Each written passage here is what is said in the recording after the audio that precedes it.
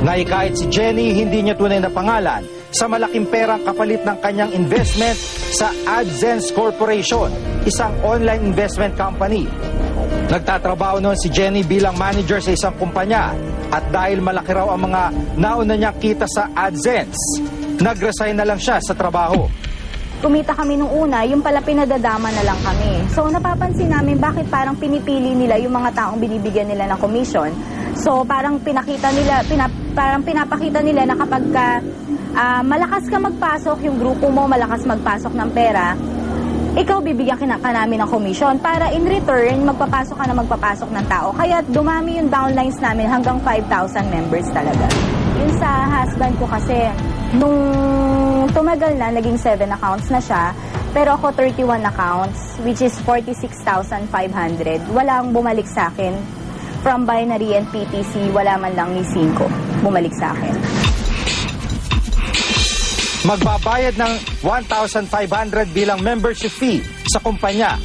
Kapag nakabayad na, magkakaroon ng access o account ang bago recruit. Sa pamamagitan ng account, maaari na raw kumita sa pamamagitan lang ng pag-click sa ilang advertisement. So kasi dun sa paid to click nila, meron kang 10 pesos per click na tinatawag. So sa isang account, meron kang 10 advertisement na i-click, so 100 pesos per account yun. So ayun, ganun yung process nila. Tapos meron pa silang tinatawag na binary, which is eto naman yung makukuha mong commission per referral na ipapasok mo per tao. Let's say meron ako pinasok na isang tao, tapos makita ng system yon na dalawa na yung pinasok mo, magpe-pairing yon. Ang isang tao doon is 500 pesos. So pagka nag-pairing pa siya, another 500.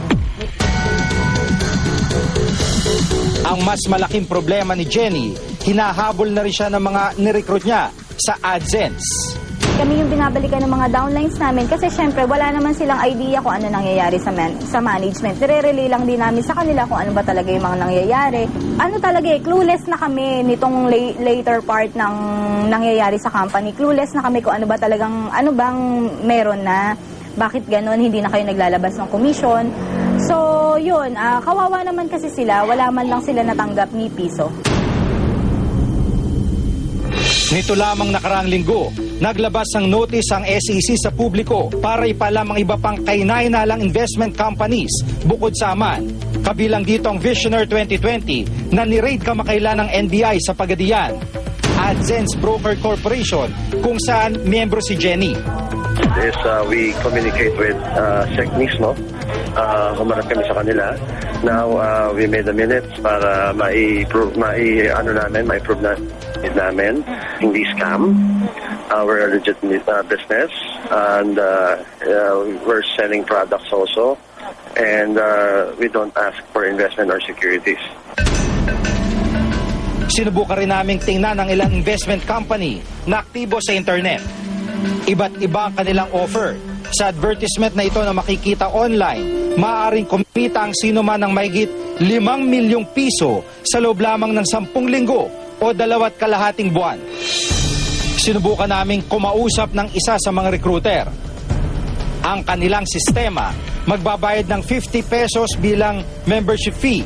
Pero di gaya ng AdSense, walang ibang dapat gawin kundi manghikayat lang ng 4 na investor kada linggo. Kapag nakapag-recruit na raw ng 200 katao online, siguradong kikita ka raw ng 1,000 piso. Ano ba yung pinapromise nila? Sustainable ba yan? Mukhang dubious, no? For one, si investor or yung tao na gustong pumasok dun sa system na yon pays 50 pesos, and then that 50 pesos supposedly can help you develop a downline of up to 1 million persons. At pag nandun ka na sa 1 million, 5.6 million pesos yung pwede mong kitain. Ayon sa UN Program on Acquired Immunodeficiency Syndrome o UNAIDS, bumaba ng 50% ang may HIV infection sa buong mundo mula taong 2001 hanggang 2011. Pero ang nakababahala, kabaligtaran naman daw ang nangyayari sa Pilipinas. Katunayan, kung noong Enero hanggang Oktubre 2011 ay nasa mahigit 1,800 ang kaso ng HIV sa bansa, ngayong Enero hanggang Oktubre 2012 ay nasa mahigit 2,700 kaso na ang naitala. Ilan sa mga bagong kaso ng HIV nasa edad 20 anyos pababa. Kabilang dito ang 19 na taong gulang na si Pinky, hindi niya tunay na pangalan. Nagsimula raw siyang magtrabaho bilang sex worker sa edad na 17 at nalulong sa pagtuturok ng droga sa katawan. Wala po kasi akong pamilya at walang nagagalit sa akin nun. At saka hindi pa ako ini-educate dati about HIV po. Hindi ko yun naisip kasi dati po na-encourage lang po ako sa mga kaibigan ko na ganyan, na mag-sex worker po, magagamit ng droga. Natigil ang pagtatrabaho niya sa bar matapos itong ma-raid at kunin siya ng DSWD.